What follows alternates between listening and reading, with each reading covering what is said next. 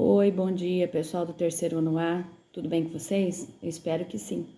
Olha lá, nós estamos na terça-feira, dia 17 de agosto de 2021. Vamos começar pela aula de português, tá bom? Desculpa o barulho, mas aqui eu tô com uma construção aqui ao lado, fica meio complicado. Ontem a gente trabalhou então sobre os adjetivos e nós mostramos então a ficha de informações sobre a personagem Yara. Hoje nós vamos dar continuidade nesse assunto, adjetivos, qualidades então do substantivo, que é a pessoa ou alguma coisa, um objeto, um elemento que a gente coloca nome. C. Marque um X na resposta, estou na página 195. Marque um X na resposta e as palavras copiadas no item B são usadas geralmente para... Então, essas palavras que a gente marcou ali na página 194, que são longo e encantado, elas servem, e temos duas alternativas, né? Atribuir uma característica a algo ou a alguém. Essa é a resposta certa. Numera uma pessoa ou um objeto? Não, a resposta é errada essa daí. Então, o X na primeira alternativa. As palavras que contribuem uma característica a um substantivo são chamadas de adjetivos, como eu falei ontem para vocês. Por exemplo, canções suaves, canções substantivo e suaves adjetivo. A mesma coisa, seres encantados, seres, né? Os personagens, então, encantados, adjetivo. 3. Releia um trecho do texto sobre o bradador. Embora desconhecido na maioria das regiões do país, torna-se inesquecível no mau sentido. Há quem quer que ouça seus berros horripilantes. Ele corre por ruas e campos espalhando seus gritos e lamentos, torturantes e deixando qualquer um arrepiado de medo. Copie do trecho, esse trechinho, né, o adjetivo que indica como são, então, os berros do bradador. Quais são os berros dele? São horripilantes, né, terríveis. Depois, gritos e lamentos do bradador são torturantes. Que é isso? Deixa a pessoa ali desesperada, torturando, tá, pessoa? B. Esses adjetivos ajudam a criar uma imagem do bradador. Essa imagem é de um ser o quê? Engraçado? Não. Desengonçado? Não, a gente não é desengonçado. Ao contrário, ali o X é para pôr no assustador. Conforme as qualidades que a gente vê, então ele é assustador. Copie do trecho um adjetivo que caracteriza o bradador como um ser que não pode ser esquecido. O adjetivo é inesquecível, ninguém consegue esquecê-lo. Qual adjetivo desse trecho demonstra que o bradador é uma personagem folclórica somente de algumas regiões do Brasil? O adjetivo é desconhecido. A gente desconhece ele, não sabe como ele é, porque todo mundo fica com medo, ó. Fecha os olhos, tá? Depois, a gente vai para a próxima página, que é a página 196. 4. Aí nós temos uma tirinha. Leia a tira a seguir. Doroteia é uma centopeia muito legal, mas muito avoada. E o avoada tá o quê? Destacado. Avoado significa distraído, tá? A. Quais são as características da centopeia, Doroteia, apontadas na tira?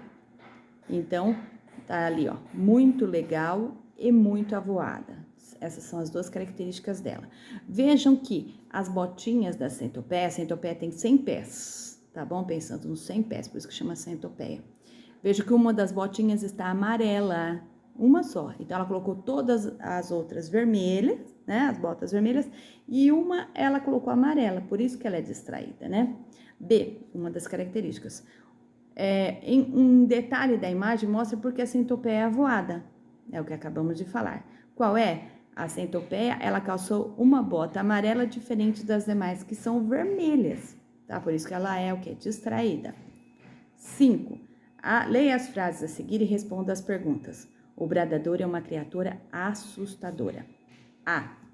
Que palavra atribui a uma característica a palavra criatura? Essa criatura, ela é o quê? Assustadora, é um adjetivo. A avoada Doroteia é um animal legal. B. O adjetivo avoada atribui característica a qual substantivo? A Doroteia, tá bom? C. O adjetivo legal atribui característica a qual substantivo? Legal, então, tem a ver com a palavra animal. Animal é substantivo, tá?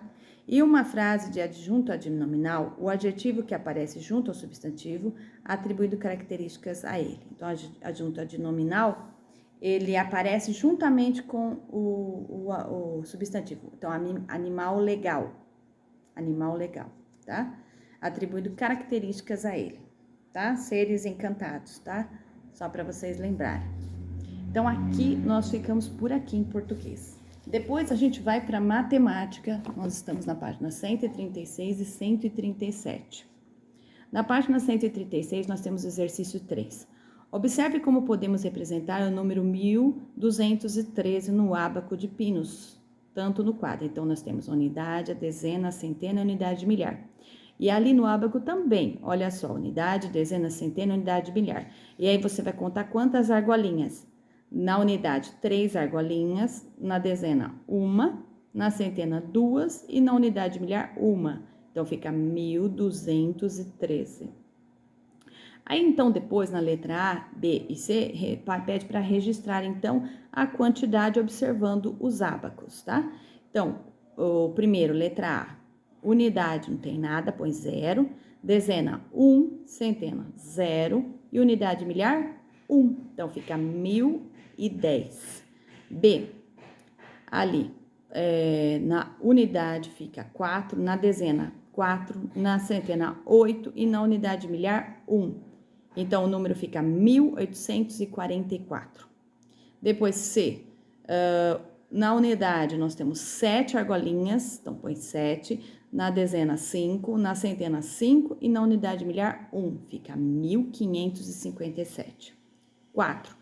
Nelson queria representar o número 1352 usando peças do material dourado, mas ele cometeu um engano. Observe as respostas, responda as questões, olha lá. Ele pôs 1 cubo, uma unidade de milhar, até aí tá certo. 3 centenas, certo. Agora, 2 dezenas seriam 5 dezenas. Veja que o que tá errado ali na dezena, tá? E 5 unidades também. Ele trocou a unidade pela dezena, tá? A. Que número Nelson representou? 1325. Ele trocou a unidade e a dezena. B. Como se lê o número que Nelson representou? 1325. Qual foi o engano cometido por Nelson? Ele usou 2 barras em vez de ter usado 5 barras, que seriam em vez de 2 dezenas. Deveria ter colocado 5 dezenas, 20, trocou 50 por 20.